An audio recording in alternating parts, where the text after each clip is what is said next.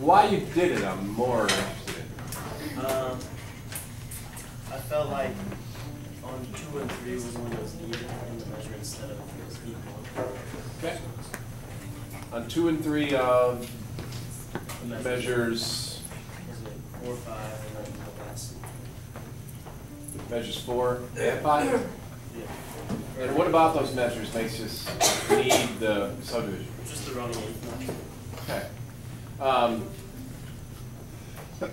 Excuse me, everybody. Boys. Knew there was another one. Let's talk about that, musicians, because there's a bit of intuitive reasoning there. There's moving eighth notes, so perhaps we need the subdivision on those pulses. Agree, disagree?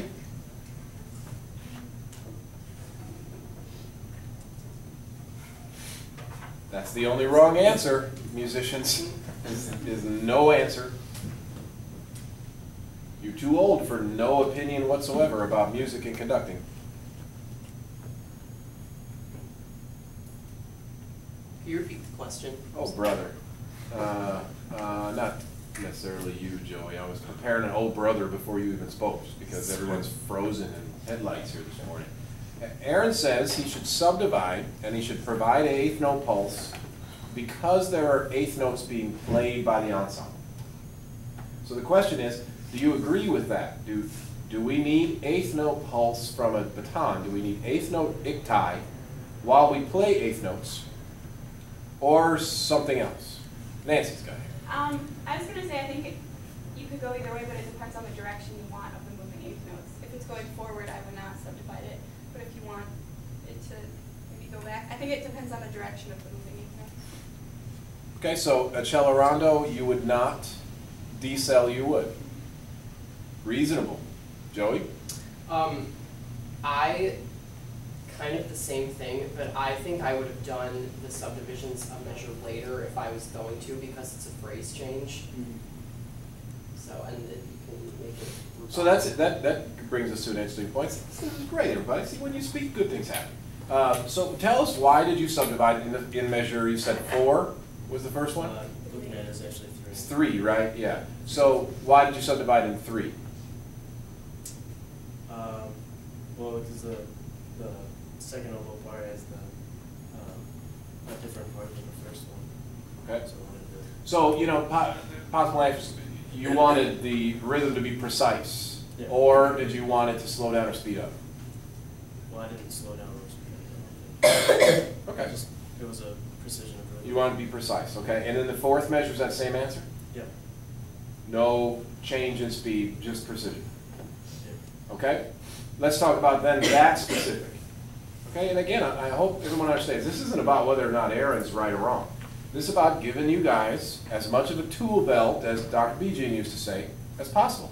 You're going to be alone in God knows where, Illinois, in a couple of years or so, and you are the only musician within 1,000 miles. Maybe not 1,000. And you will have you and your lonesome self to sit down and think about, what should I do? Should I subdivide or not? And maybe you can fondly recall the days when we had a great council of learned scholar musicians in order to discuss the assets and liabilities of each of our decisions. So, if we want tempo to stay the same, good idea, bad idea, maybe some of the above, all the above.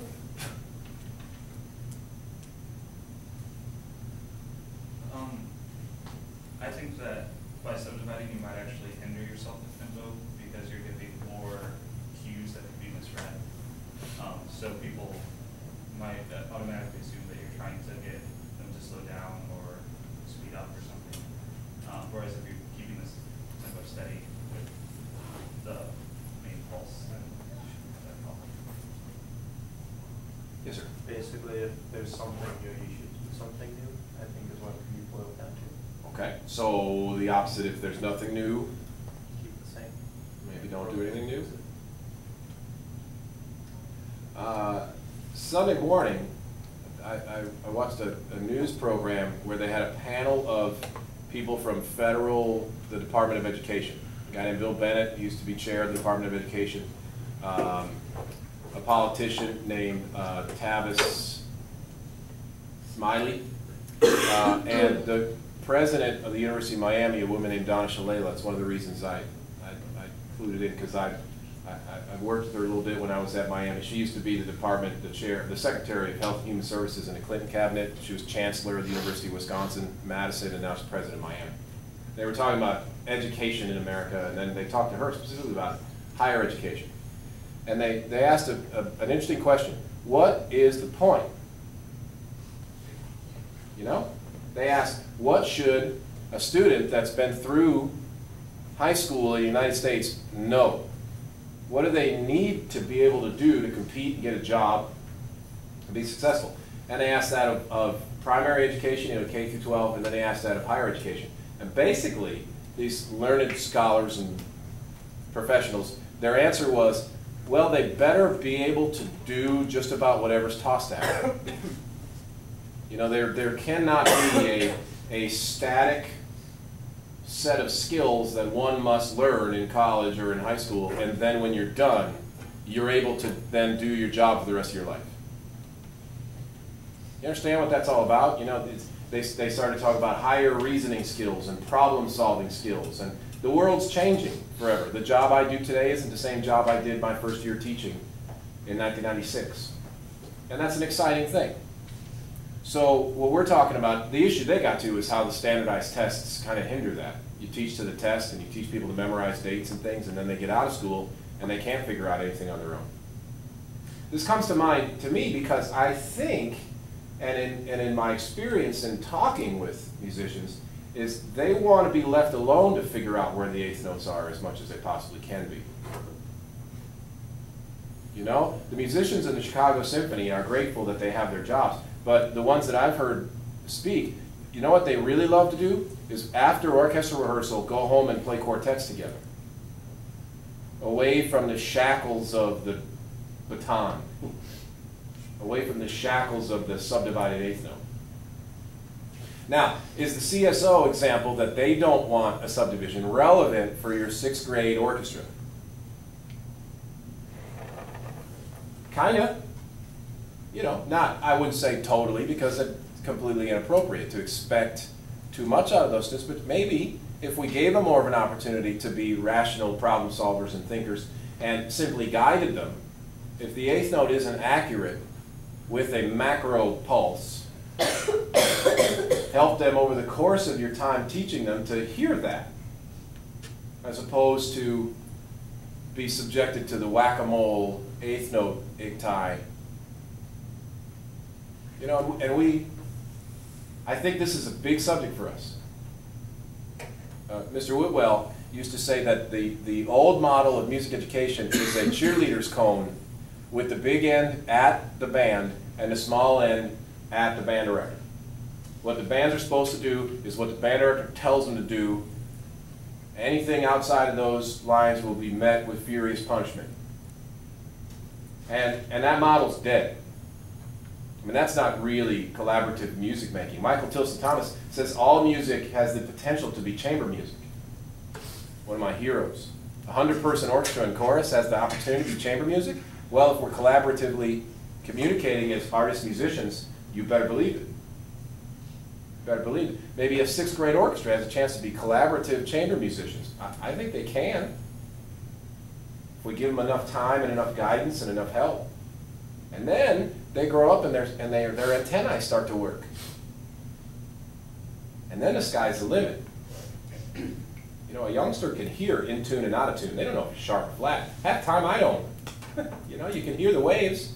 You can guess wrong no matter how many years you do this.